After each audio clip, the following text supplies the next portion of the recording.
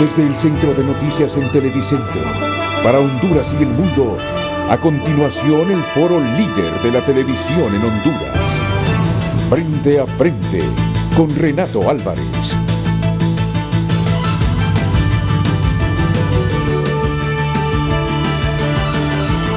Frente a frente presenta el tema del día. Hola, muy buenos días. Bienvenidos a Frente a Frente. La verdad que la decisión del jurado de la Corte Federal del Distrito Sur de Nueva York es la noticia nacional que nos genera más expectativas a todos. Y no puede ser de otra manera. Se trata de un exdiputado, del hermano del presidente de la República. Y más allá de si será absuelto o declarado inocente o culpable, el pensamiento de muchos hondureños está ¿qué va a ocurrir después? Esa es nuestra gran preocupación. Pensando siempre en el país, pensando siempre en la situación económica, que es un país con problemas como están otros. El problema no es exclusivo de nosotros con este asunto de la desaceleración mundial, pero es que mucho antes de la desaceleración mundial ya la economía nuestra ha mostrado síntomas de enfermedad. Si bien es cierto, hay algunas áreas en las que hay crecimiento, como el sector financiero y las telecomunicaciones, el problema es que son sectores que no generan mucho empleo. Y lo que urge la nación es precisamente de la generación de empleo. Generación que solo viene cuando hay inversión. Usted no busque otra forma más para generar empleo que no sea la inversión. ¿La inversión de quiénes? Del capital nacional y del capital extranjero.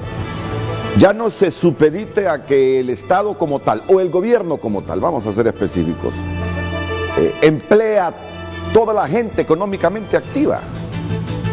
No tiene capacidad para ello. En todo caso, se imagina usted que el gobierno se dedique solo a generar empleos, o a emplear, mejor dicho. No quedaría recursos para inversión pública, absolutamente para nada. Por eso es que la principal obligación de generar empleo está en los inversores nacionales y extranjeros. Y estos no invierten si las condiciones que muestra el país no son las adecuadas.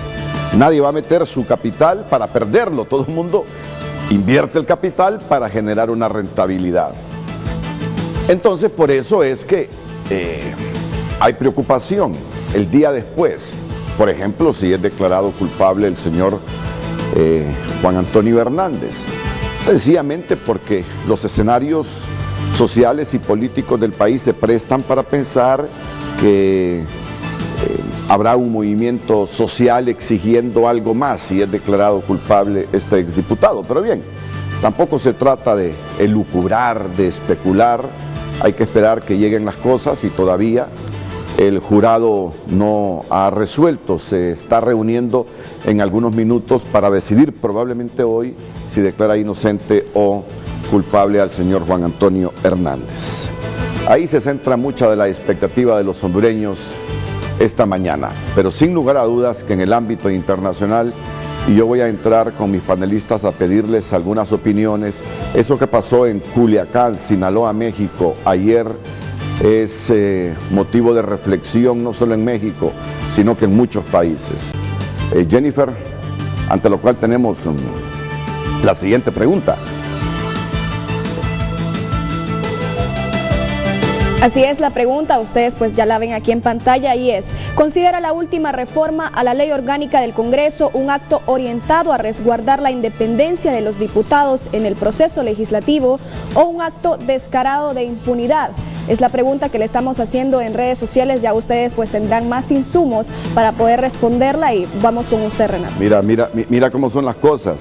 Uno mismo como periodista está tan pendiente de las cosas inmediatas que yo les hablé de lo de Juan Antonio Hernández en Nueva York, de lo que estaba ocurriendo en México, y se me escapó plantear el tema central, porque ese es el otro tema central que hay en el país. Esta reforma a la ley orgánica, que para muchos es un acto de impunidad del Congreso. ¿Te das cuenta? ¿O es la edad, Jenny? Yo creo que es O las dos cosas. primar la noticia, sí, Es que porque mira, lo de Culiacán está muy Yo impactante. te digo, en el plano personal, yo me acuesto ayer pensando en el siguiente día, juicio en Nueva York, lo que ocurrió en México que me impresionó y me impactó, no solo por las consecuencias en ese país, sino que uno no descarta que pueda ser un escenario a futuro en el país también. Así es. Fíjate, y resulta que vengo hoy sabiendo cuál es el tema, obviamente consensuamos la pregunta, hablo de todo y no hablo del tema. Miren qué cosa, ¿verdad? Pero así es la vida de los periodistas. Así que repítala, por favor, Jennifer. La vamos a repetir Sí. entonces para ustedes. Considera la última reforma a la ley orgánica del Congreso un acto orientado a resguardar la independencia de los diputados en el proceso legislativo o un acto descarado de impunidad. Ya en redes sociales, pues este es un tema tendencia que ha sido muy comentado y esperamos que en este momento ustedes continúen ese tipo de comentarios, pero esta vez en nuestra publicación en Facebook y en Twitter. Recuerda que nuestras redes sociales son Frente a Frente HN y ustedes van a ver plasmadas los comentarios de los panelistas para tener más insumos. Cualquier consulta que tengan, este es el momento de hacerlo, así que les repito la pregunta. ¿Considera la última reforma a la ley orgánica del Congreso un acto orientado a resguardar la independencia de los diputados en el proceso legislativo o un acto descarado de impunidad? Ahora sí, iniciamos el programa. Frente a Frente presentó el tema del día. Bueno, saludo a mis invitados de hoy, el abogado Osvaldo Ramos Soto. Abogado, muchas gracias, muy gentil. Muchas por gracias a aceptar usted. nuestra invitación. Igual que al abogado constitucionalista Oliver Gerazo. ¿Qué tal, abogado? Todo bien. Bienvenido. Mucho gusto. Buenos días. Antes de desarrollar el tema con ellos, quiero presentarles una temática breve sobre una actividad que tiene el Consejo Nacional Anticorrupción. Por eso nos visitan esta mañana dos miembros de esa entidad, Nelson Castañeda y César Espinal. ¿Qué tiene para las próximas horas el Consejo Nacional Anticorrupción? Jóvenes, buenos días, bienvenidos. Buenos días, Renato. Muchas gracias por permitirnos este espacio aquí en Frente a Frente y pues traemos un aviso, bueno, más que un aviso, es una invitación para la ciudadanía. Una invitación a un evento denominado Tecnópolis, la ruta hacia la conciencia ciudadana. Se estarán preguntando, ¿verdad?, ¿qué es Tecnópolis? Pues Tecnópolis es un evento que realiza el Consejo Nacional Anticorrupción, un evento masivo que lo realizamos de manera anual, el cual con el uso de tecnología que ponemos a disposición de la ciudadanía y a través de un recorrido virtual presentamos una radiografía profunda sobre la realidad nacional al respecto de cómo la corrupción nos afecta, demostrando cómo el sector público, coludido con algunas instancias privadas, han dilapidado las instituciones estatales y por ende han generado un perjuicio, un daño notorio a nosotros como sociedad. Cabe resaltar que esta metodología nace con la premisa de generar sensibilidad en la población y sobre todo de generar y promover la conciencia ciudadana. Es así que nace este evento como una plataforma educativa donde el CNA busca que las personas crear en las personas una conciencia y vencer la apatía ante situaciones como las que se han dado en las últimas horas en relación a actos de impunidad que se están generando a diario mediante reformas, aprobaciones de decretos que vienen a afectar directamente la lucha y el combate contra la corrupción. Es así que nace Tecnópolis 2019, el cual se estará celebrando los días 22, 23 y 24 de octubre en el Polideportivo de la Universidad Nacional Autónoma de Honduras, en un horario de 8 de la mañana a 7 de la noche. Es totalmente gratuito y apto para todo público. También estaremos en San Pedro Sula los días 14, 15 y 16 de noviembre en Expocentro. Tecnópolis 2018, según la información que yo tengo, reunió a 8,000 personas, jóvenes. Así es, Tecnópolis 2018 fue el prototipo de este proyecto, de esta plataforma educativa. Tuvimos la presencia de más de 8,000 personas, fue un éxito rotundo y sabemos que este 2019 viene con cosas nuevas. Por ejemplo, saber en qué se está gastando la tasa de seguridad, por qué Honduras está pagando la gasolina más cara o por qué pagamos la electricidad más cara. en Centroamérica. Entonces, datos como estos y otros más interesantes conoceremos en Tecnópolis 2019. ¿Esta actividad es pagada o es gratuita? El evento es totalmente gratuito. Es una invitación que se hace a la ciudadanía, y cuando hablamos de la ciudadanía nos referimos a que puede ir desde el más pequeño de la casa hasta el mayor de la casa.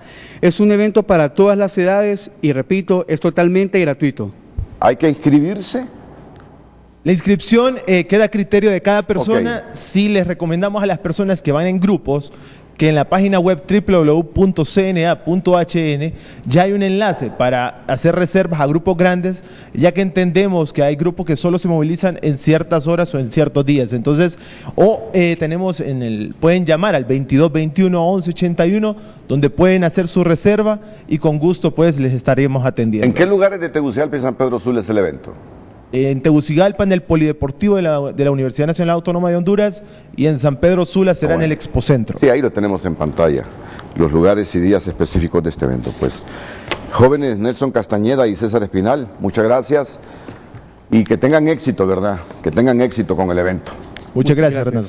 Bueno, muy bien. Antes de iniciar con el tema, Jennifer, si usted puede repetir la pregunta que tenemos para el público, por favor, esta mañana. Antes de repetir esa pregunta, me gustaría consultarle al abogado Ramos Soto si se da cuenta de lo que pasó ayer en Culiacán, México. Lo mismo que al abogado Oliver Erazo. Me dicen que sí, unos minutos. No vamos a ocuparnos mucho de esa temática porque la que nos interesa es la nuestra, sin relegar lo otro internacional, ¿verdad? Porque son escenarios cercanos a nosotros que uno no puede descartar los que pasan en su país también. Así que no hay que hacernos los desentendidos sobre esas cosas que pasan en México y donde la narcoactividad ha impactado y golpeado mucho al Estado, como nos ha golpeado mucho a nosotros. Jennifer. Ahí está la pregunta en pantalla, se la repetimos. ¿Considera la última reforma a la Ley Orgánica del Congreso Nacional un acto orientado a resguardar la independencia de los diputados en el proceso legislativo o este es un acto descarado de impunidad? Es la opinión que le estamos preguntando a usted, si lo considera que es un acto orientado a resguardar la independencia de los diputados en el proceso legislativo o si es un acto descarado de impunidad. ¿Cuál es la opinión de los hondureños? Esperamos su participación en redes sociales, como les comentaba, a través de Frente a Frente HN en Facebook y Twitter. Recuerde que también pueden ver el programa a través de la aplicación de Televicentro y la página web. Tenemos respuestas a la pregunta de esta mañana. ¿Considera la última reforma a la Ley Orgánica del Congreso un acto orientado a resguardar la independencia de los diputados en el proceso legislativo o es este un acto descarado de impunidad?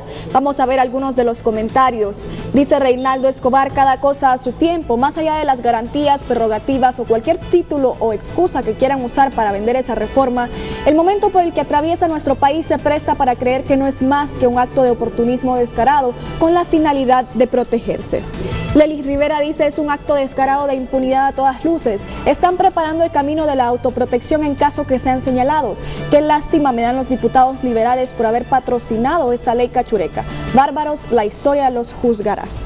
Eduardo Facusé: la dispensa de 2 debates y la no publicación de esta ley en las computadoras del Congreso previo sesión muestra la verdadera motivación para blindar actos de corrupción en forma desesperada y desvergonzada.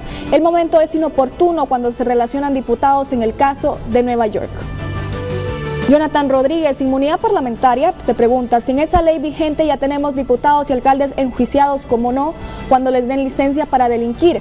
Claro, para la gente, es decir, diputados honesta, esta ley es una ofensa. Mario José Ruiz: todas las leyes quieren ser socializadas, la sociedad muchos quieren meter sus narices y solo son chantajes. Bueno, vamos con Daniel. Dice: lamentablemente nuestro país atraviesa una de las mayores crisis políticas, económicas y sociales de los últimos años. Con tantos problemas que tenemos los hondureños, es una afrenta que los diputados piensen en cómo protegerse, mientras la mayoría estamos totalmente indefensos. Roberto Díaz dice: no quiero descalificar al que fue mi profesor de Derecho Constitucional, pero desde que avaló la reelección creo menos en sus palabras. Tenemos un Congreso híbrido, los diputados no son independientes, dependen del Ejecutivo, hacen todo a su antojo y ahora sus actos son impunes. Vamos con otro comentario, dice, es desvergüenza, insolencia, desfachatez, etcétera. Ya días se terminaron los calificativos para esta gente, solo estamos esperando que lleguen las elecciones para sacarlos. Basta ya de manejar las leyes a su antojo y beneficio. ¿Y la ley de colaboración eficaz? Se pregunta, esa no, ¿verdad? Aníbal Montoya, se llega a estas instancias en virtud que el mandato dado a los diputados es legislar y no hacer proyectos. Hay que despedirlos a todos por no desempeñar el trabajo para el que se les contrata y se les paga bien. Y de paso tienen salarios vitalicios. Impunidad es igual a corrupción. Otro comentario, lamentablemente es un acto más de nuestra clase política como nos ensucia más la cara a nivel mundial. El viejo bipartidismo dijo presente a la impunidad. Ahora el pueblo deberá castigarlos en las próximas elecciones con no votar por ellos. Esos son algunos de los comentarios, Renato. Como ve, pues la tendencia va en que la mayoría piensa que es un acto descarado de impunidad esta reforma que le hicieron a la ley orgánica del Congreso Nacional. Esperamos más de sus comentarios ahorita que ya estamos en el programa. Bueno, muchas gracias, Jennifer. Para debatir esto y más adelante para debatir también sobre la mayoría simple, la mayoría calificada en el Congreso, porque es otro tema que ha generado mucha controversia esta semana. Están don Osvaldo Ramos Soto y don Oliver Erazo. Y no crean que don Osvaldo y don Oliver coinciden en todo. No coinciden en todo, tienen sus propios enfoques sobre estas temáticas que vamos a debatir. Así que comencemos con el abogado Ramos Soto. La percepción, abogado, es que lo que se reformó en el Congreso no es más que volver a los tiempos pasados de aquella inmunidad que tanto cuestionó la sociedad hondureña y por la que tuvieron que renunciar los diputados en la presidencia del Congreso, si mal no recuerdo, de Porfirio Lobo Sosa. Yo le voy a contar la historia, licenciado Renato Álvarez, para que compartamos algo que mucha gente no sabe. En el gobierno del presidente, del excelente jefe de Estado y de Gobierno, licenciado don Ricardo Maduro Lluez, el presidente del órgano legislativo fue don Porfirio Lobo Sosa y el secretario, el abogado don Juan Orlando Hernández Alvarado.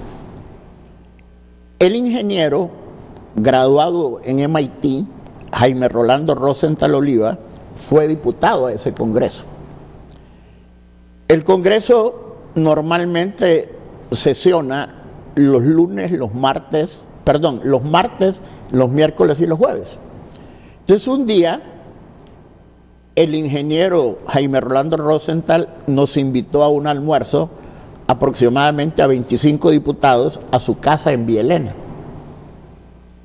Y estábamos platicando antes de ingerir los alicientes gastronómicos y le dice Jaime Rolando a don Porfirio Lobo Sosa, Pepe le dice, ¿y por qué no derogamos las inmunidades?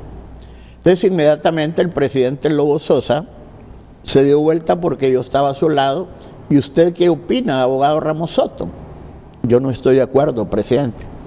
Las inmunidades no son una enquistación que los diputados de la Asamblea Constituyente, que aprobó el decreto de la Asamblea Constituyente 131 del 11 de enero del 82, lo pusieron para protegerse.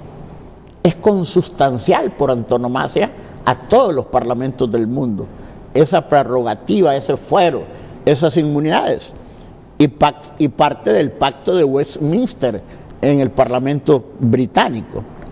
Vea usted, porque de repente es importante conocer los hechos desde su génesis. En la Constitución actual existía el artículo 200 de la Constitución, donde estaban reguladas las inmunidades. Después que yo le dije no, pues no se discutió, pero al final del almuerzo dijo el presidente Lobo, ¿usted no cree que deberemos derogar las inmunidades? Yo le dije, yo no estoy de acuerdo. Y yo quiero traer aquí, porque no suelo traer ningún elemento, pero de repente la gente destruye las constituciones y sobre todo esta que tiene tantas reformas. Usted va a encontrarse aquí porque cuando usted recibió clases de ciencia política conmigo en la Facultad de Derecho, que por cierto, lo repito y no me canso, usted fue mi mejor estudiante, siendo estudiante de periodismo, frente a estudiantes de Derecho y de Administración. Ese artículo tiene, mire, aquí está, el 200. Ese ya se derogó en aquel momento. Los diputados al Congreso Nacional y los funcionarios del Estado mencionados en el numeral 15 del artículo 205 de esta Constitución gozarán desde la fecha de su elección o nombramiento, según el caso, hasta que cesen en el cargo de las prerrogativas siguientes. Y luego vienen las prerrogativas: inmunidad para no ser sometidos a registro en sus personas, domicilios de vehículos de uso personal y para no ser detenidos. Bueno, y continúa todo el artículo. Son 5 numerales. A no prestar servicio militar en tiempo de guerra, no ser responsable en ningún tiempo por sus iniciativas de ley. Cuando el Congreso Nacional declare con lugar a formación de causa a los funcionarios y diputados comprendidos en el artículo 205, numeral 15 de la Constitución, deberá agotarse primero el procedimiento administrativo y posteriormente se recurrirá a la acción penal. Y el 5, a no declarar sobre hechos que terceras personas les hubieran confiados en virtud de su investidura. Eso es, licenciado don Renato Álvarez, lo que existía originalmente cuando entró en vigencia esta Constitución. Y lo derogaron de un plumazo. Vea, yo respeto a toda la gente que participa en las redes sociales, pero yo escucho a mucha gente hablar de medicina siendo ingeniero y escucho a mucha gente hablar de economía siendo farmacéutico. Yo pienso que la única profesión que les da una cosmovisión a ciertos profesionales para conocer un poco de todos los temas y le permite tener un conocimiento global y que puedan investigar, son ustedes los periodistas, porque a ustedes les toca analizar temas heterogéneos, multifacéticos, y de repente puede decir alguien: ¿y qué sabe el licenciado don Renato Álvarez de esas cosas? Pero yo sé, porque lo conozco, que cuando usted va a tratar un tema se prepara, va a leer, va a estudiar y consulta a las personas que saben de esos temas para hablar con mayor propiedad, aunque nadie es dueño de la verdad. Claro. Entonces, mire, yo sí pienso que es consustancial con la existencia de un parlamento que tenga un régimen de prerrogativas, un fuero de inmunidades, pero esto no los excluye de ser juzgados. Los altos funcionarios del Estado no deben tener en ninguna parte del mundo civilizado, y sobre todo en el Estado de Derecho, la situación de ser molestados a cada rato. Imagínense que demanden al presidente, que lo acusen y tenga que ir a los tribunales. No trabaja, no ejerce su función para la cual fue electo. Entonces, existe un fuero, un privilegio, que ellos tienen que ser juzgados por sus pares. Los altos funcionarios del Estado deben ser juzgados por magistrados de la Corte Suprema de Justicia, pero evidentemente primero tiene que haber un desafuero, o sea, tiene que haber un antejuicio en el Congreso para despojarlos, si hay razones en los argumentos que plantea quien les formula las imputaciones, para despojarse de ese privilegio y someterse a los tribunales. Entonces, no es impunidad. Que se han cometido errores, se han cometido errores. Pero yo pienso que porque 2, 4, 20 personas, gente de un partido, haya cometido algunos errores, incluso delitos, no podemos condenar totalmente a la institución del fuero parlamentario, de esa prerrogativa de inmunidad. Muy bien, hemos escuchado la opinión del abogado Ramos Soto. ¿Cuál es la opinión también del abogado Oliver Erazo, que al igual que el abogado Ramos Soto impartió clases en la Facultad de Ciencias Jurídicas y Sociales? Ya no lo hace, abogado, ¿verdad? Ya no, pero ya cada rato anda dando conferencias dentro y fuera del país. El abogado sí imparte actualmente clases en esta facultad y en otras, ¿o solo en la autónoma? En este momento solo en la autónoma. Solo en la autónoma. ¿Cuál es su opinión? ¿Comparte, discrepa de las afirmaciones del abogado Ramos Soto? Mira, aquí hay que poner en contexto a toda la población hondureña donde el antecedente histórico de donde nace el tema de inmunidades las vertientes de donde nacen, luego qué constituciones recoge la institución jurídica de la inmunidad, hasta llegar al momento en que se deroga, que es el 29 de octubre del año 2004, en la presidencia del Congreso Nacional del expresidente Porfirio Lobo Sosa. Hay tres corrientes sobre la génesis, sobre el nacimiento del tema de inmunidad. La medieval española, ¿sí?, la británica y la francesa. Lógicamente, la Constitución del 82 de nosotros, así como la mayoría de constituciones que ha tenido el Estado de Honduras, ha sido inspirada por el pensamiento liberal. El profesor Ramos Soto tiene amplio conocimiento sobre ello. Y me llamó mucho la atención cuando cita el precedente del Westminster del Estado británico, porque ellos, si bien es cierto, reconocen un fuero parlamentario, son muy claros a decir que ese fuero parlamentario no incluye el hecho de ser juzgados penalmente. Y ese precedente es muy interesante porque también lo recoge la Constitución de 1982, el artículo 200 originario que el constituyente brindó a la República de Honduras. Establece 5 prerrogativas. Sí, el que leí hace algunos minutos. Hace un minuto. Ese fue previo a la derogación, a la reforma de la Constitución, donde fue derogado.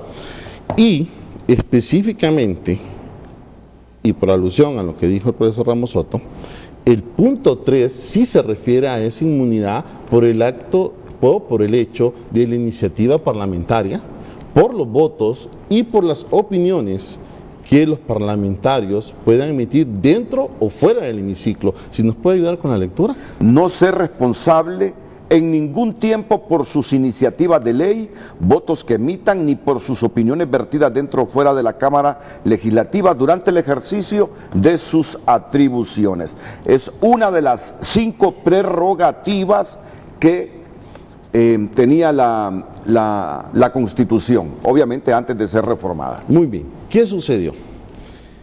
Eso se interpretaba tal y cual había venido desde sus antecedentes históricos. No obstante, hay que ubicarnos cuál fue el comportamiento psicoparlamentario de los diputados desde la Constitución y la entrada en vigencia en 1982 del texto constitucional, como lo ha dicho bien el profesor Ramos Soto. Han existido muchos errores, pero vamos a ver, esos errores han sido constantes en el devenir del tiempo. Es decir, esa constancia ha estado ligada con qué tipo de conducta por parte de los diputados.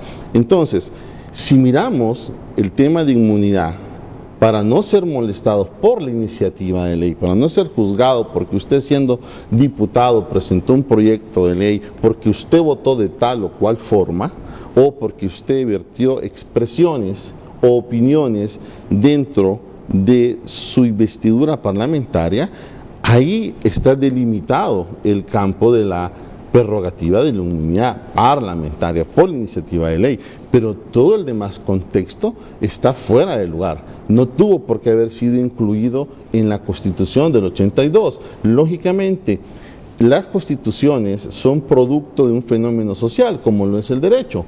Ahora bien, ¿qué está sucediendo en este momento? La primera pregunta, ¿es el momento histórico y social, político, para plantear una reforma o incluir, en este caso, en la ley orgánica del Congreso Nacional, a la que se le hizo una reforma por adición y adicionar aquello que fue derogado en la Constitución? Entonces, son temas realmente profundos y críticos que podría también tener otro ingrediente, que es el hecho de distraer la atención de los problemas centrales que está pasando la República de Honduras en este momento.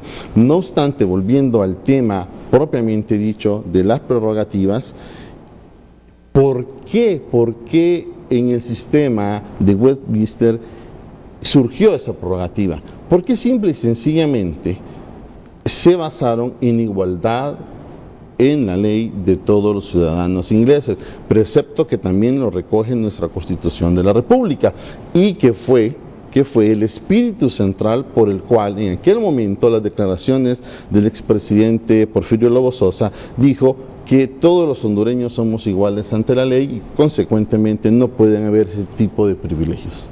Cuando escuchen al abogado Ramos y al abogado Erazo hablar de Westminster, se están refiriendo al Parlamento británico, que a propósito, mañana sábado habrá un debate caliente ahí, porque el primer ministro ha negociado con la Unión Europea un acuerdo para la salida de los británicos de la Unión Europea.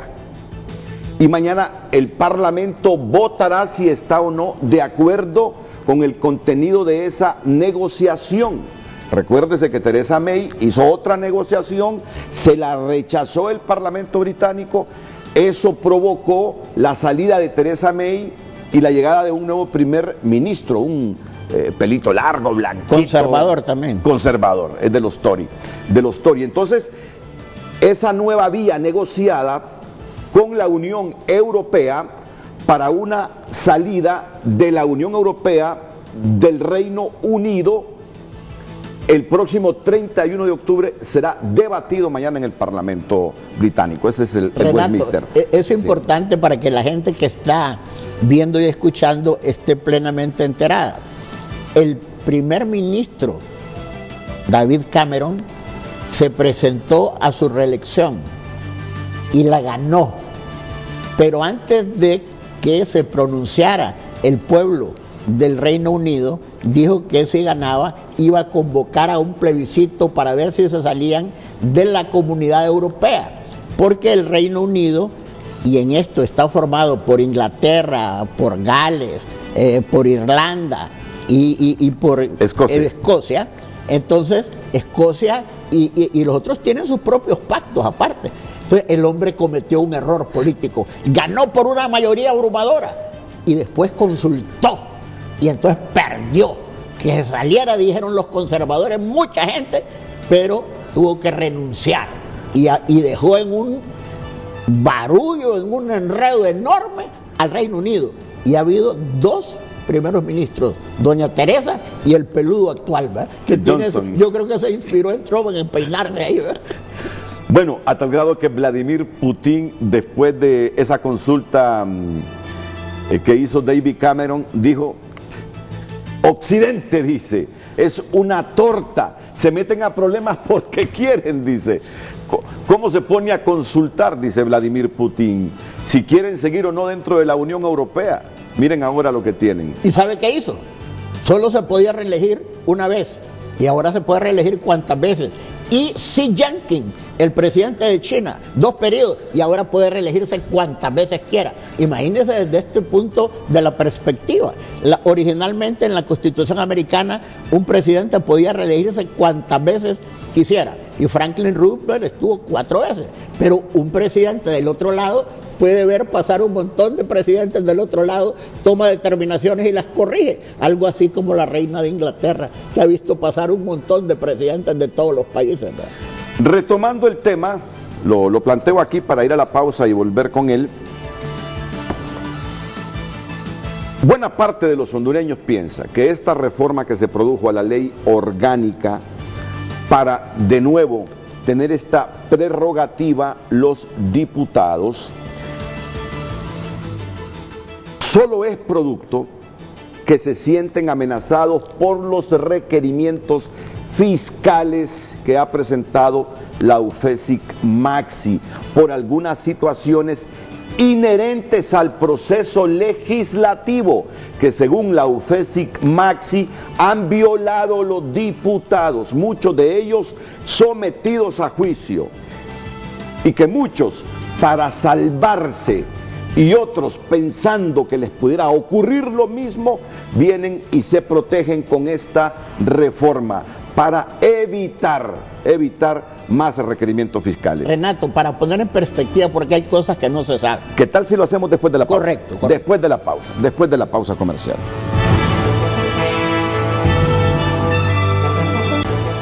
Considera la última reforma a la Ley Orgánica del Congreso Nacional un acto orientado a resguardar la independencia de los diputados en el proceso legislativo o es un acto descarado de impunidad. Vamos a algunos de los comentarios que nos llegan a esta hora, pero en esta vez en la red social Facebook. Dice Eric Amador, en muchos países del mundo existe el fuero legislativo para función como diputados o senadores. Nadie puede ir a la cárcel por opiniones o ejercicio de su labor. Mismo caso, libertad de expresión no debe ser penalizado. Eduardo Ulloa dice la inmunidad parlamentaria no debe existir. Si se supone que deberían de legislar de manera honesta, transparente y le suma a eso que el Tribunal Superior de Cuentas tiene 3 años para emitir un dictamen para que el Ministerio Público pudiese actuar. Eso es un blindaje a favor de la impunidad.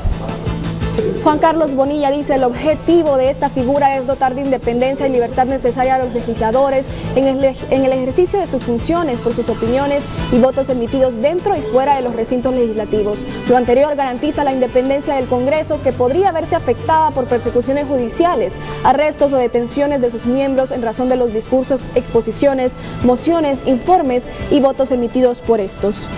Miguel Velázquez dice buena acción también se debe extender hacia los alcaldes porque también tomamos decisiones.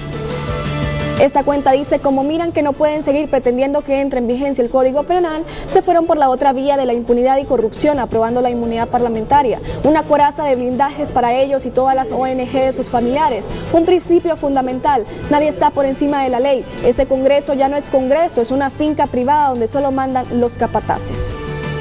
Osman opina que es una sinvergüenzada. Lo que deja claro esto es de qué lado están los diputados y que solo velan por su bienestar y no por el pueblo del que dicen respetar. Dice Danilo Total y uno de los beneficiados es uno de sus panelistas. Esos son algunos de los comentarios. Igual la tendencia continúa en Facebook, pero sí algunos están defendiendo que es un acto orientado a resguardar la independencia de los diputados en el proceso legislativo. Continuamos ahora con el programa. Bueno, y para que no caigamos en eso del blanco y negro en que hemos caído los hondureños, dejemos que cada quien emita su opinión en función de lo que sabe. No se trata de defender o acusar, que cada quien emita su opinión y que la opinión, indistintamente si es a favor de esta reforma que se produjo o es en contra de la reforma, la respetemos. Yo creo que desde los medios debemos promover eso, que nos respetemos aún y en las profundas discrepancias. Correcto. Pero eso de descalificarnos solo porque no pensamos igual, eso es lo que ha contribuido a tener esta sociedad, es un factor, no es todo, en esta tensión, en esta polémica y en esta confrontación que muchas veces deriva en odio. Miren, veo que van a ser minutos extraordinarios de debate, que cuando el debate es en función de cosas objetivas, reales, se vuelven interesantes. Cuando no se cae en la descalificación o en la promoción del odio. Me dice Gabriela Núñez, la directora ejecutiva del CNA, me dice Gabriela Núñez, buen día Renato, me dice, entiendo que retomará en su foro el tema de la aprobación con la mayoría simple de diputados. Aprovechando la presencia del abogado Ramos Soto, nos gustaría escucharle primero al legislador y luego para participar. ¿Ok? Porque yo lo dije al comienzo, vamos a hablar de eso de las mayorías simples y calificadas del Congreso Nacional. También me dice Félix Ávila, lo que se ha rescatado no es un fuero de inmunidad parlamentaria, sino el reconocimiento y declaración de la inviolabilidad de la función parlamentaria de los diputados, que no son responsables por sus iniciativas y opiniones. Son dos cosas distintas, la inmunidad parlamentaria del diputado y la inviolabilidad de la función legislativa. Opinión de Félix Ávila. Pero yo quiero, para darle más insumos a este debate, escuchar esta pieza informativa que canaliza muchas opiniones del periodista Mario Landa, luego el abogado Ramos Soto, Oliver Erazo, seguramente que en la discusión de la mayoría simple calificada tendremos también la participación de Gabriela Castellanos. Pero primero salgamos de este asunto de la reforma a la ley orgánica para que de nuevo tengan esa prerrogativa de los diputados de no ser sometidos penal y civilmente por lo que legislan o dicen ahí en el interior del legislativo. Para el profesional del derecho Carlos Chactur, la ley del fondo departamental que se aprobó en el Congreso Nacional limita a la UFESIC-MASIC presentar un requerimiento fiscal mientras el Tribunal Superior de Cuentas en un plazo de 3 años no emite un pliego de responsabilidad penal sobre los fondos auditados. ¿Esto qué significa? Que todos los procesos que estaban en investigación y todos los procesos que están judicializados deben detenerse hasta que el tribunal emita sus dictámenes. La nueva ley señala que para la liquidación y rendición de cuentas de los fondos otorgados a servidores públicos, diputados, ONG, fundaciones, patronatos, iglesias, alcaldías y otros que a cualquier título recibieron o administraron fondos públicos previo a la aprobación de esta ley y que hayan sido otorgados en los años no prescritos, no estarán sujetos a ningún tipo de acción administrativa, civil y penal durante se encuentre vigente la auditoría e investigación especial y hasta que el Tribunal Superior de Cuentas no emita resolución definitiva. Un diputado que va al Congreso con toda la buena voluntad de legislar por su pueblo no necesita ningún tipo de protección. Según el Consejo Nacional Anticorrupción, la ley especial sobre el fondo departamental es el Pacto de Impunidad versión 2. Antes lo intentaron con la reforma de 2018 a la Ley Orgánica del Presupuesto que fue declarada inconstitucional en 2019. Adiós caso Pandora, arca abierta y los que estaban por judicializarse. Los diputados del Partido Nacional aclaran que siempre existirá una sanción penal para los que administran fondos públicos y se les compruebe un mal manejo. Y bueno, yo creo que en esto han magnificado, porque siempre va a haber una pena. El que tenga los recursos asignados y no haga el proyecto, por eso se dice de gestión, ejecución, y sobre todo se va a ir a ver la obra que se está haciendo. Para eso está el Tribunal Superior de Cuentas, que va también pena. El que no logre desvirtuar lo que se dé, también va a ir al Ministerio Público. La bancada de Libertad y Refundación, que se abstuvo de votar, considera que el fondo departamental es legal y que está en la Constitución. Sin embargo, tiene su opinión sobre las auditorías que realizará el Tribunal Superior de Cuentas en un plazo de 3 años. Eso sí es una coraza. Eso sí es una coraza. Porque aquí es cierto, el Tribunal de Cuentas es un ente que investiga, pero también está el Ministerio Público. Entonces, la parte administrativa le corresponde al Tribunal Superior de Cuentas, pero la parte acusativa es al Ministerio Público. Y con esto lo que se está evitando es que en el futuro el ministerio no participe. Lo único que estamos tratando de hacer que se haga verdadera justicia. ¿Por qué? Le voy a decir algo. Ha sido injusto lo que han presentado contra los compañeros diputados. La UFESIC no le ha dado tiempo ni oportunidad de poder demostrar en qué por qué están enjuiciados, porque recibieron un cheque, pero nunca le han dado oportunidad de poder desvanecer en qué utilizaron ese cheque. Por falta de liquidación de los fondos departamentales, varios diputados y exdiputados de diferentes administraciones están involucrados en supuestos casos de corrupción. Entonces, ¿cuál es la percepción? ¿Cuál es la percepción? Que por lo que les ha sucedido a varios diputados con arca abierta, que han sido sometidos a juicio, están haciendo esta reforma. Y lo otro, que por manipular leyes que han sido aprobadas, cambiando palabras y cambiando el espíritu de la ley, también algunos han sido sometidos a juicios. Y que viendo esto, hacen la reforma a la ley orgánica para de nuevo tener ese fuero y protegerse de los errores que premeditadamente se cometen en el Congreso Nacional. Vamos a escuchar su opinión sobre esto, abogado, y también abogado. Comencemos con usted. Yo quiero estudiar el génesis de la situación. Usted sabe que se suscribió un convenio casi hace 4 años con la Organización de Estados Americanos para permitir la presencia de una misión que fue aprobada ese convenio en el Congreso. Yo fui presidente de la comisión de dictamen que dio pábulo a que viniera la misión de acompañamiento contra la corrupción y la impunidad que se conoce con las siglas de MASI. La primera persona que vino a dirigir esa entidad fue el doctor peruano don Luis Jiménez Mayor. En un momento se venció el periodo del Tribunal Superior de Cuentas y se convocó para los exámenes y pruebas correspondientes en el Congreso a los candidatos.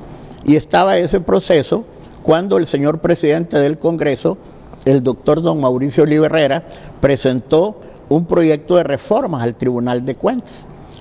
Se eligió el nuevo Tribunal de Cuentas y estaba en plena discusión la comisión de dictamen de las reformas. En ese momento el doctor don Luis Jiménez Mayor me pidió una cita y fue a mi oficina, a mi bufete, porque yo no tengo oficina en el Congreso y soy el presidente de la comisión primera, con un hondureño que era colaborador de él. ¿Y cuál era el propósito de la visita del doctor don Luis Jiménez Mayor?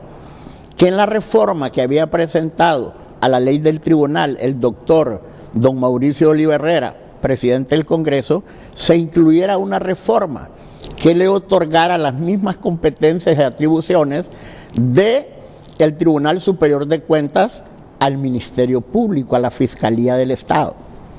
Yo le dije, doctor, usted es abogado, yo también soy abogado. Y le dije, mire, a mí me parece que eso no es correcto, porque en la Constitución de la República, en la parte orgánica, se establecen cuáles son las competencias del Congreso y están en el artículo 205. Las competencias del presidente de la República en el artículo 245 y las competencias de la Corte Suprema de Justicia en el artículo 313. Pero eso a nivel de los órganos poderes, pero también la Procuraduría General de la República tiene sus competencias, el Ministerio Público tiene sus propias competencias. En ese entonces existía también el Tribunal Supremo Electoral y otras entidades. Nosotros no podemos hacer esa reforma, porque si le otorgamos en esa reforma lo que usted quiere, que se le otorguen las atribuciones y competencias del Tribunal Superior de Cuentas al Ministerio Público, mejor desaparezcamos al Tribunal Superior de Cuentas. Además, el Ministerio Público conoce de la acción pública, o sea, de los delitos. Y el Tribunal de Cuentas, según la Constitución y su ley orgánica, todos los años va a fiscalizar a los entes del Estado.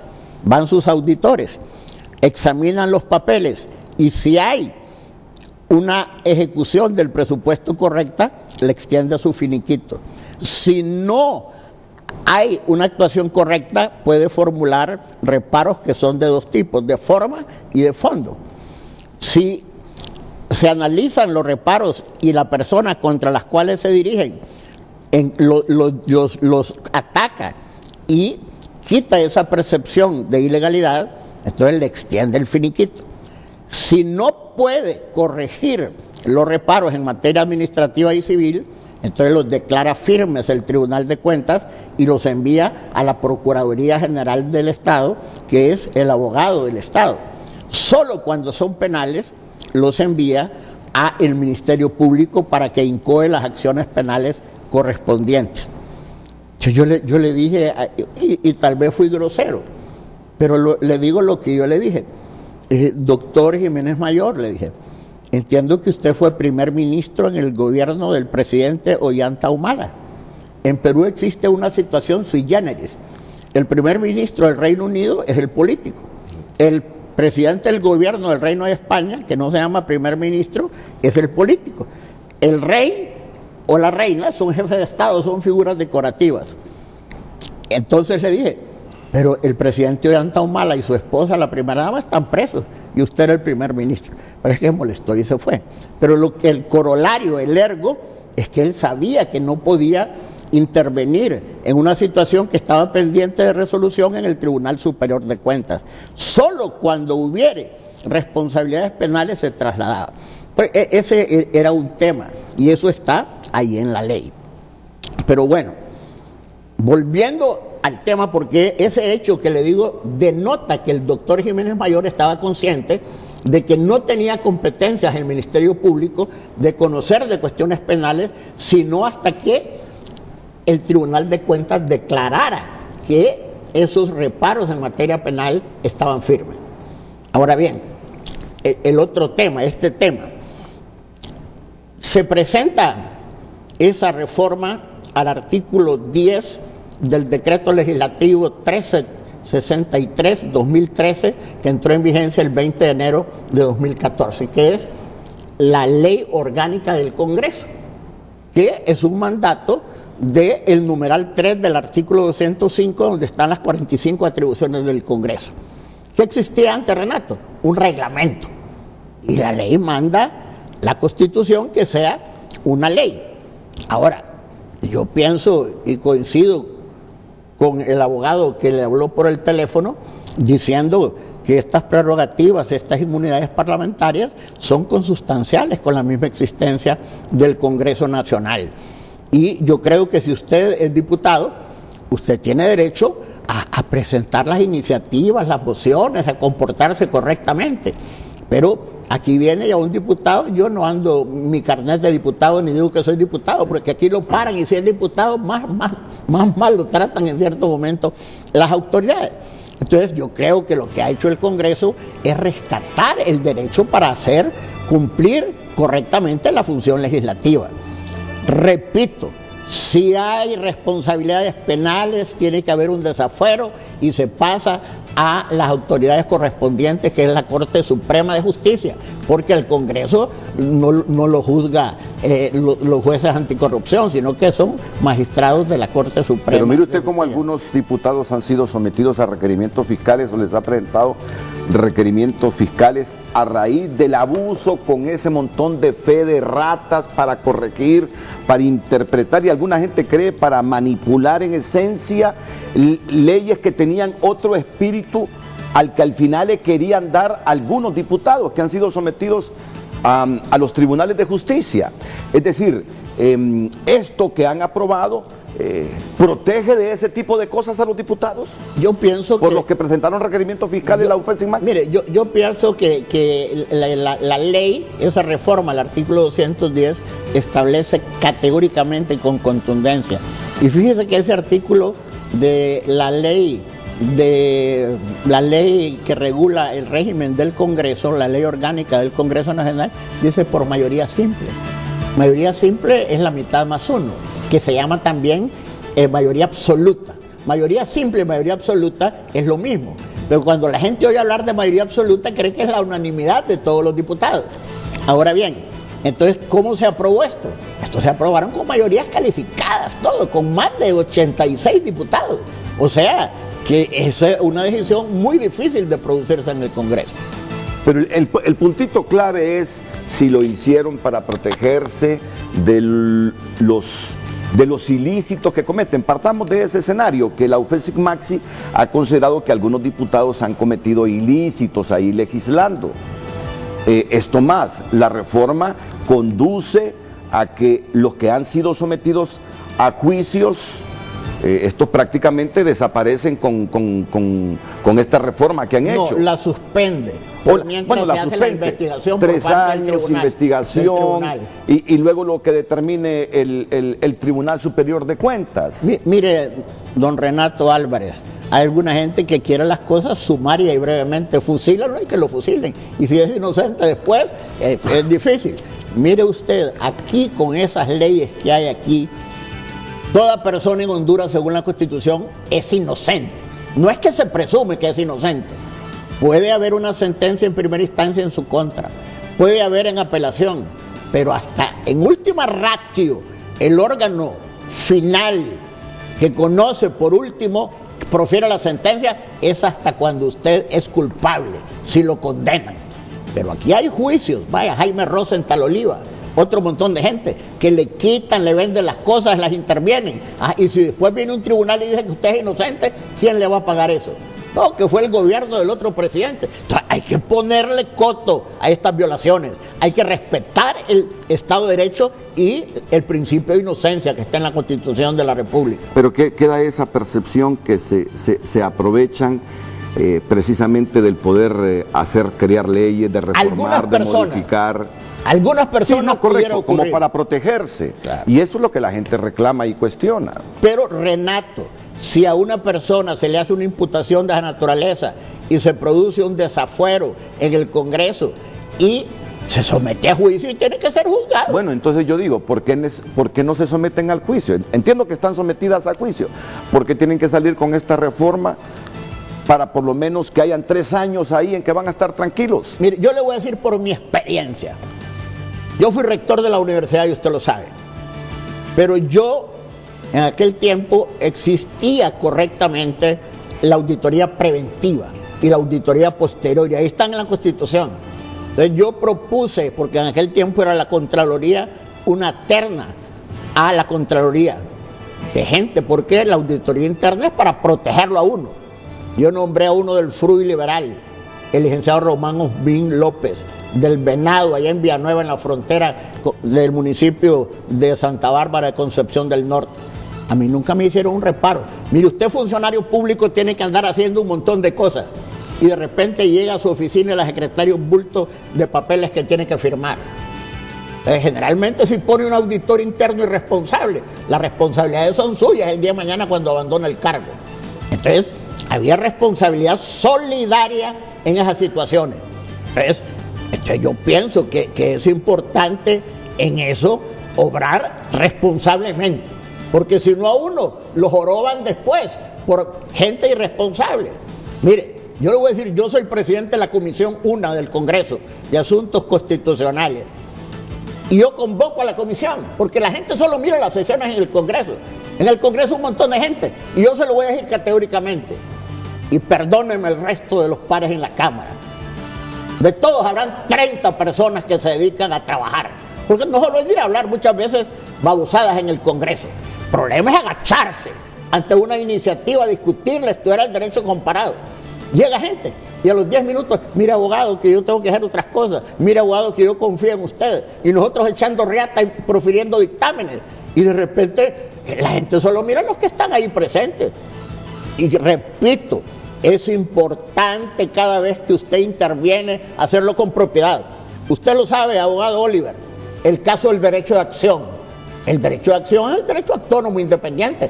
Usted puede tener razón en lo que plantee, pero puede que no tenga razón y será el juez el que diga. Lo mismo ocurre con las iniciativas de ley. Bueno, a raíz de esa reforma, todos estos diputados que están imputados por la UFESIC Maxi tendrán un respiro, porque se va a hacer una investigación en los próximos 3 años y hasta tanto no haya la resolución del Tribunal Superior de Cuentas, no estarán ahí como sometidos. ¿Qué me va a pasar si continúa el juicio aquel por los delitos estos que me imputó la UFESIC Maxi? Estarán como aliviados y respirando tranquilamente. Pero va a llegar un momento en que va a haber la determinación. Y usted sabe que el Tribunal de Cuentas maneja todo el Estado, porque el artículo número 4 dice que es el único organismo especializado que tiene competencia en esa materia. Ahora, usted dirá, a Renato no cree en nada. Si yo creo en ustedes. Si yo digo, el problema es cuando las cosas se resuelven políticamente, porque usted ve el Tribunal Superior de Cuentas, su conformación, uno del Libre, uno del Partido Nacional y uno del Partido Liberal. Entonces, la UFESIC está imputando ahí a liberales y nacionalistas. Entonces, el temor es que en estos 3 años lo resuelvan políticamente.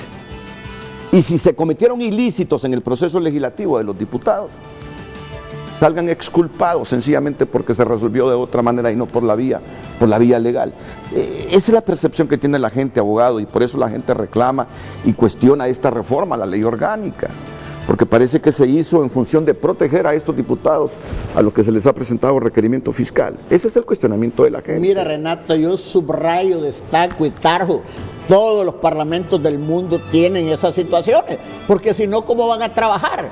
Si de repente todos tienen miedo que los vayan a jorobar el día de mañana. Pero mire cómo pervertimos el fuero en el texto original de nuestra Constitución. Mire cómo lo pervertimos los diputados. Cuando digo pervertimos, me refiero a los diputados. Mire cómo se utilizó ese fuero, esa inmunidad para protegerse de ilícitos. A tal grado que los mismos diputados dijeron, no hombre, hay que reformar o derogar esto de la inmunidad. Mire, yo pienso que fue una irresponsabilidad haber hecho lo que se hizo, y yo lo dije en ese momento. No me iba a oponer porque yo solo soy una persona, pero ustedes doctor Oliver, que estudia la ciencia política constitucional, el derecho parlamentario. En todas partes del mundo existe eso, si no nadie puede ir a trabajar en un parlamento. Pero mire que al final lo derogaron porque fueron conscientes los diputados que estaban abusando del fuero, que estaban abusando de la inmunidad. Bueno, sigamos, escuchamos la opinión de él, luego la pausa. Y enseguida me va a hablar de las simples mayorías porque también quiero escuchar la opinión de la abogada Gabriela Castellanos. Bueno, siguiendo el hilo conductor de lo expuesto por el profesor Ramos Soto, hay cuestiones que sí me llaman mucho la preocupación, mucho, y que el pueblo hondureño debe estar muy bien informado al respecto. Hace referencia profesor Ramos Soto, de algunos casos emblemáticos que han sucedido en reciente pasado, como el de los señores Rosenthal, donde les privaron bienes y todo. Ok, perfecto. ¿Qué sucede ahí? Ahí estamos ante una ley que tiene un principio sui generis, que choca con la Constitución, el principio de retrospectividad de la ley. Ahora bien, lo interesante de esa reforma, por adición a la ley orgánica del Congreso, es que suspende hacia atrás los procesos que en este momento ya han sido empezados. O sea, estamos hablando de procesos determinados y plenamente identificados. El tema de la fe de rata, el tema de la red de diputados, el caso Pandora, donde puedan o se están viendo involucrados algunos parlamentarios. En ese punto significaría que esos procesos quedarían en suspenso al entrar en vigencia esta ley. Entonces estamos hablando lógicamente de qué, cuál es el sentido intrínseco y el alcance que tiene la reforma. Lógicamente eso es un manto de impunidad, es un velo de protección de impunidad para los que ya están siendo investigados, los que están siendo procesados y aquellos que sienten que ya en estos momentos o en los próximos días pueden ser presentados procesos en su contra. Entonces, eso es muy importante porque eso no sale de mi análisis o porque yo lo estoy inventando, lo está diciendo Osvaldo Ramos Soto, el diputado, que está y que de breve mano conoce toda la gestión legislativa. Entonces, eso está así de sencillo. Al entrar en vigencia, habría una retrospectividad hacia el hecho de que los abogados, las defensas de todos estos diputados vengan y la opongan ante el juez y, lógicamente, el órgano jurisdiccional se vea imposibilitado a investigar o a seguir los procesos. Es que justamente eso que está diciendo usted es lo que es. No. Es lo que es. Mira, ahí el reclamo de la gente. Y yo miro justo el reclamo de la gente en ese sentido y se lo he dicho aquí al abogado Osvaldo Ramos Soto. Eso es por una parte. Y por otra, es preocupante el hecho de que los parlamentarios, que los diputados conozcan la ley y que vean la debilidad institucional, por ejemplo, en el Tribunal Superior de Cuentas, que deviene la obligación de haber presentado de conformidad a su ley orgánica estos procedimientos y no se presentaron. Entonces aquí caemos ya en el otro momento histórico, cuando aparecen MASI y UFESIC. ¿Qué hubiese sucedido si esto no existiera? Estuviéramos ni siquiera debatiendo este tema. Muy bien, abogado, vamos a ir a la pausa comercial y abogado, vamos a ir a la pausa comercial, porque hace algunos días, no sé si usted se dio cuenta de la última denuncia del Consejo Nacional Anticorrupción, que en el Congreso se aprobaron ciertos artículos del nuevo Código Penal y luego se entró en la polémica de con cuántos votos se aprobaron esos primeros 7 artículos. Y el debate es cómo funciona la mayoría simple, cómo funciona la mayoría calificada. Y hay otro escenario. Para ser sometidos los altos funcionarios a juicios políticos se necesitan 96 votos, más de la mayoría calificada. Pero la cuestión que venimos aquí a debatir es, la mayoría simple siempre son 65 diputados o la mayoría simple se construye a partir de los diputados que estén presentes en la sesión. ¿Cuándo una sesión se debe comenzar? ¿Cuál es el número de diputados para que haya quórum?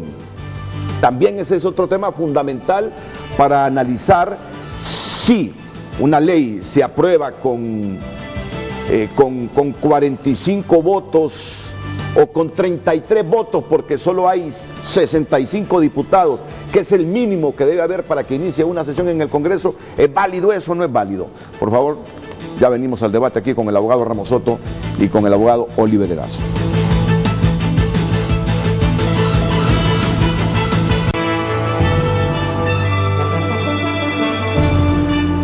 Esta mañana aquí en el panel de Frente a Frente los abogados Oliver Erazo y Osvaldo Ramos Soto. Bueno, me estaba recordando hace algunos minutos, es que vengo yo y le pregunto al abogado, el Congreso aprobó que a usted se le condecorara en el grado Gran Cruz con placa de oro, porque esta es la máxima distinción que hace el Congreso Nacional a una persona. Y recordaba que inclusive yo vi publicado en la Gaceta, ya con la sanción respectiva del presidente, si algo sale publicado en la Gaceta ya tiene la sanción del presidente de la República, que se le entregue o se le condecore con esta distinción que hace el Congreso a las personalidades hondureños y extranjeros, Gran Cruz con placa de oro. Pero a pesar de que está publicado en la Gaceta, le pregunto yo, ¿ya recibió esa condecoración? Ya, yo creo que se le había olvidado a usted porque la respuesta de él fue, ¿cuál? Me dice. Mire, Renato, a mí no me gusta hablar de la... No, correcto, yo no se lo quería preguntar en público, pero la verdad que a mí lo que el Congreso en diferentes me han honrado declarando el diputado del año, un montón de cosas. Yo creo que se les ha olvidado. Hace un año salió publicado en la Gaceta, pero todavía... Hablé con Ángel Darío Vanegas Leiva, que es el encargado, y me dijo, ahí se lo vamos a buscar para darle. Pero no importa. No, pero es que las cosas son como son. Aquí hablábamos que los hondureños somos así, en muchas partes del mundo somos así. Cuando se muere la persona, óigame, comienza que fue un gran deportista, que fue un gran intelectual, que fue un gran obrero, que fue un gran profesional de la medicina, que fue un albañil pero exitoso. ¿Qué es lo que no decimos de los muertos? ¿Qué es lo que no decimos de los muertos? Percamino de atribuciones. Pero bueno. Está bien para recordarlo. Se publicó en la Gaceta condecorada al abogado Ramos Soto con esa gran cruz, la máxima distinción del Congreso, pero en el Congreso se les ha olvidado entregársela. Ok, ¿cómo funcionan las mayorías ahí en el Congreso Nacional de la República? Yo respeto, licenciado don Renato Álvarez, las opiniones de las demás personas. Y yo no profiero sentimientos de animadversión contra algunas personas que contrario censo tienen con respecto a mí. Yo tengo mi posición ideológica y no me avergüenzo de ello, pero respeto las opiniones de las demás personas. Se lo explico. Mire, cuando no se ha iniciado la sesión del Congreso, el secretario pasa lista y ve si hay quórum. Y cuando estima que está la mayoría absoluta, que es sinónimo de simple mayoría, son 128 mandatarios del pueblo. La mitad de 128 son 64. Con uno más hay 65. Ese es el quórum para que pueda iniciarse las sesiones del Congreso Nacional. Y si hay 65 y hay una votación 35 por un extremo y 30 por el otro, el que tenga 35 por un a favor o en contra, vale. Planteemos este escenario, que solo vayan 65, se instala la sesión. Entonces van a aprobar una ley, que no sea una reforma constitucional, por supuesto, ¿verdad? ¿Con cuántos votos se aprueba esa ley? Esa ley se aprueba con la mitad más una. O sea, si hay 65... se aprueba con 33. Correcto. Y es válido. Siempre, como lo dice usted, que no requiera mayorías calificadas. Sí. Y en esto es importante, se lo explico. Las mayorías calificadas son dos terceras partes, que equivale en términos cuantitativos a 86 diputados. Sí. Nunca en la historia un partido político per se ha logrado 86 diputados. ¿Para qué se requieren las mayorías absolutas, en este caso de 86? Lo primero, para aprobar reformas constitucionales. Se requiere hacerlo por 86 diputados en primera legislatura, pero no entra en vigencia, se manda a publicar. tiene que ser presentado el siguiente año para su ratificación presidencial. Y si se ratifica por 86 diputados, hasta ese momento es firmada, se pasa al Poder Ejecutivo, y publicada, que no la sanciona. No le pone por tanto ejecute, sino que por tanto publíquese. O sea que no la puede vetar. Ahora bien, el artículo constitucional correspondiente dice subsiguiente legislatura. Sí. Pero ¿qué ocurrió en el gobierno del presidente ingeniero don José Simón Ascona del Hoyo, que en paz descanse? El presidente del Congreso era el licenciado don Carlos Orbin Montoya. Interpretó en ese artículo, que era una cláusula pétrea, que subsiguiente es sinónimo de siguiente. Entonces, como estaba originalmente, requería que pasara una legislatura y hasta la tercera se ratificaba. El Congreso ha tenido el rol hasta de Real Academia Española. No, eso lo cuento yo para No, está bien, pero es que eso es como anécdota. La palabra subsiguiente en el Congreso Nacional de Honduras significa siguiente. No, en la Constitución ahora. En la Constitución de la República. Porque antes era uno con respecto a tres. Al interpretar como sinónimo siguiente y subsiguiente, se ratifica en dos. 7 artículos denunció el CNA del Código Penal, se aprobaron de manera ilegal, dice el Código, porque solo hubo como 42 votos. Ese es el argumento esencial de la denuncia del Consejo Nacional Anticorrupción, refiriéndose a 7 artículos del Código Penal que va a entrar en vigencia, se supone, el 10 de noviembre. No, le pregunto yo, porque yo no conozco esa denuncia, respeto lo que dice la abogada doña Gabriela, porque le tengo mucho respeto intelectual, creo que es una gran profesional del derecho. Pero había quórum, habían 65 diputados. Porque eso es lo importante, ¿verdad? Si había 65 diputados y con 42 votaron, está bien tomada la determinación. Ahora, si no estaban 65 y solo con 42, entonces no había quórum, pero yo entiendo, porque he platicado con la Secretaría del Congreso, que sí había quórum. Incluso había muchos diputados que no votaron, que estaba ahí su tarjeta, pero no votaron.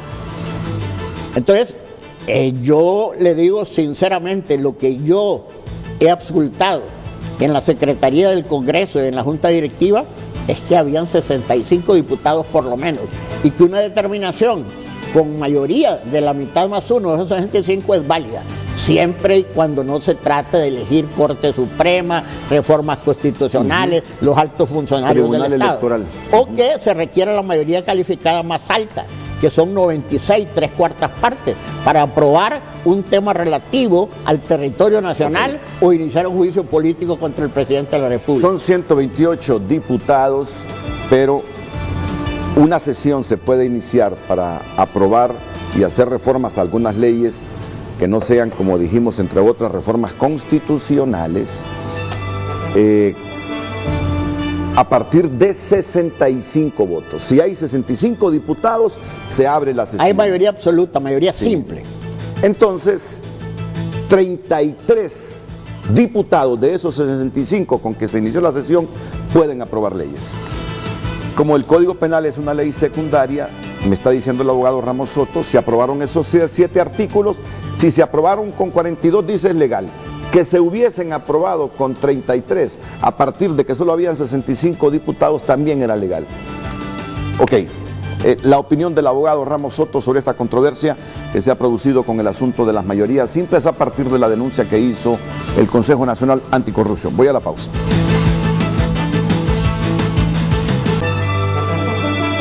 Bueno, ya estamos en las 9:05, así que vamos a pedirle a Odir en brevedad, porque ya estamos en el espacio de otro programa. Odir Fernández es el jefe de la unidad de investigación del CNA, está en comunicación con Frente a Frente. Adelante, Odir. Hola, muy buenos días, Renato. Buenos días. Buenos días igual a sus panelistas. Vea que hemos escuchado con mucha atención la participación de cada uno de sus panelistas y nos gustaría como Consejo Nacional Anticorrupción hacer algunas correcciones de las confusiones que se están generando respecto a la denuncia que CNA promovió en contra de algunos diputados por el proceso fraudulento en la aprobación del del Código Penal de la impunidad. Fíjense que yo estoy totalmente de acuerdo con toda la explicación que el diputado Ramos Soto ha realizado. Sin embargo, de acuerdo a las listas de asistencia, las comprobaciones y los votos de las actas oficiales que están dentro del Congreso Nacional, nosotros pudimos constatar que muchas de ellas se iniciaron sin el quórum. Vea cuál es el modo de operar que se presenta dentro del mismo Congreso Nacional. Cuando se inicia una sesión, se activan las 128 tarjetas de los diputados propietarios, porque las asistentes de Cámara son las que meten las tarjetas, no son los diputados. De hecho, es una pregunta oportuna que el diputado Ramos Soto le muestre si él anda su tarjeta como diputado. Esas las manejan directamente las asistentes de sala. Entonces ellas las introducen y finalmente por eso el secretario del Congreso Nacional dice que hay quórum, pero en realidad no hay quórum. Nosotros le podemos constatar y acreditar que muchos artículos, no 7 artículos, muchos artículos, Renato, fueron aprobados sin haber estado el quórum inicialmente. Estamos de acuerdo. El artículo 60 de la Ley Orgánica del Poder Legislativo establece que toda sesión legislativa debe con la mitad de uno de los diputados propietarios o suplentes acreditados. En todo caso, tiene que iniciarse con 65. Sin embargo, muchas se iniciaron con 61, con 62, tal como usted puede demostrar posteriormente con algunas imágenes de actas que se ha demostrado. Ese es un tema importante que debemos de destacar, porque quieren confundir de que CNA dice que 65. Estamos de acuerdo, pudieron haber sido 35 si el quórum habría iniciado con 65, pero muchos iniciaron con 61, 60, 63, con 38 personas. Ese es el quórum que se da dentro del Congreso Nacional. Y por otro lado, que el diputado Ramos Soto, con sus múltiples conocimientos, podrá acreditar. Vea que el 26 de abril del año 2016, el Congreso Nacional habilitó que para el mes de mayo se celebraran las sesiones legislativas. De acuerdo a la Ley Orgánica del Poder Legislativo, del 1 de mayo al 31 de mayo hay vacaciones, es un receso legislativo por ley. El Congreso habilitó de que ese mes se realizaran sesiones legislativas. Y fíjense que ese decreto fue publicado hasta el 15 de octubre del año 2016, 6 meses después. Y ellos se agarran de que dijeron de que la entrada en vigencia de ese decreto una vez aprobado. Fíjense que el diputado Ramos Soto ilustró el 16 de octubre, anteayer, a la Cámara Legislativa y dijo de que corrigieran algunos artículos porque se está dando en el Congreso que dicen aprobado y entra en vigencia después de su aprobación. Y él manifestó que eso es totalmente inconstitucional. Partiendo de la premisa de lo que él nos ha manifestado, de que es inconstitucional publicar un tiempo después y que entre en vigencia antes de su publicación, contrariando lo que establece el artículo 221 de la Constitución de la República, cuando se presentaron las discusiones de esos artículos en el mes de mayo del 2016, es inconstitucional porque no estaban habilitados los diputados. Entonces son una serie de situaciones e irregularidades que presenta la aprobación del Código Penal de la Impunidad que no, deben ser considerados por la ciudadanía como algo fraudulento y precisamente por eso solicitamos la no vigencia. Aclaro finalmente, Renato, de que las sumas matemáticas que el Congreso Nacional está haciendo son únicamente para confundir a la ciudadanía. Finalizo manifestando que el presidente del Congreso Nacional dijo el otro día de manera pública ante los medios de comunicación que todos los votos de aquellas personas que no voten, los que no votan se suman y se presupone que eso forman parte de un sí. Eso no puede ser en ninguna... Yo he leído desde el artículo 1 hasta el final la Ley Orgánica del Poder Legislativo y no aparece nada. Entonces, estas son técnicas legislativas que van contrarias a lo que establece la Constitución y la normativa jurídica vigente. Muchas gracias al abogado Odir Fernández, director de la Unidad de Investigación del CNA. Voy a la pausa.